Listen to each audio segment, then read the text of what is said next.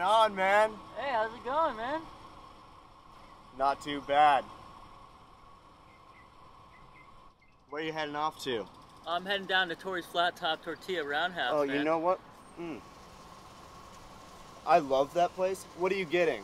Gonna get me a couple quesadilla dip tacos, dude. The quesadilla dip tacos. Very good choice. Those things are so, those things are...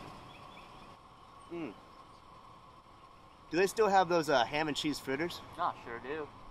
I love those. I adore them. I can have them any time of day, breakfast, brunch, pretty much any time before noon.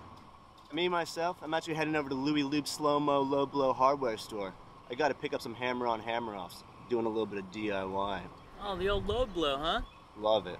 Yeah, I was thinking about heading down there myself. Oh, yeah? Yeah, I got a clog in my sink.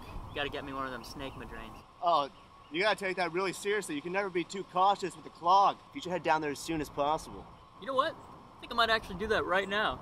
Excellent. And while you're doing that, I think I might go get myself some of those yummy, hammy fritters.